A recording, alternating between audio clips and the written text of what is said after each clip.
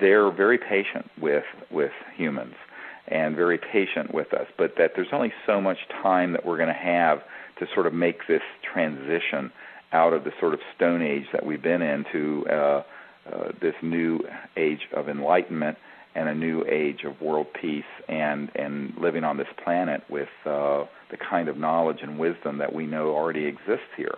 And I think this is all coming to a head. I think that we've done a lot of preparation. Even the secret organizations that I've had to deal with on this for the last 15 years are completely been ripped asunder, where at least half or more of them now support bringing all this information out and ending the secrecy.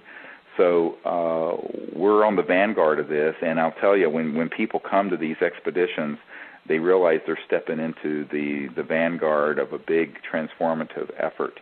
And when these sort of things happen, like we had happen at the Outer Banks, it's just unmistakable to anyone who was there. Well, one thing that I thought was really interesting was when the craft was on the beach and the light was flashing. Maybe it was because my attention was on that, but I didn't hear any military planes come over during that event. They were there before and they were there after, but I didn't hear them there. And another thing that happened during that event, and it was mostly when you were inside the craft, is there was a lovely fragrance that came through the whole group.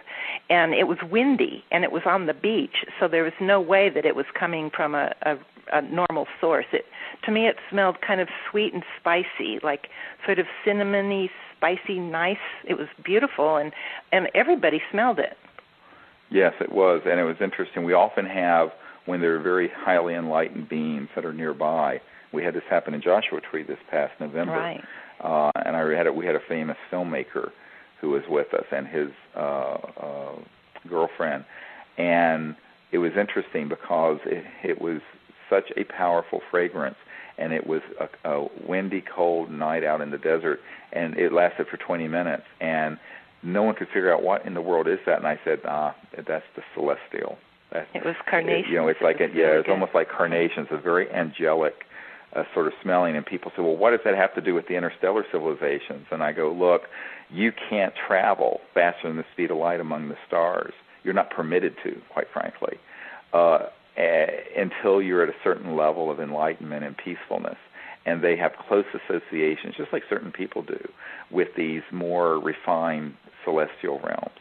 And this is why there is this ancient connection from the Vedas and the ancient knowledge of Vedanta, the oneness of cosmic awareness, and the extraterrestrial contact, and people's experiences with angelic and celestial beings. There's no mystery there at all. And that's what we're clearly dealing with. And our experiences involve all of those elements.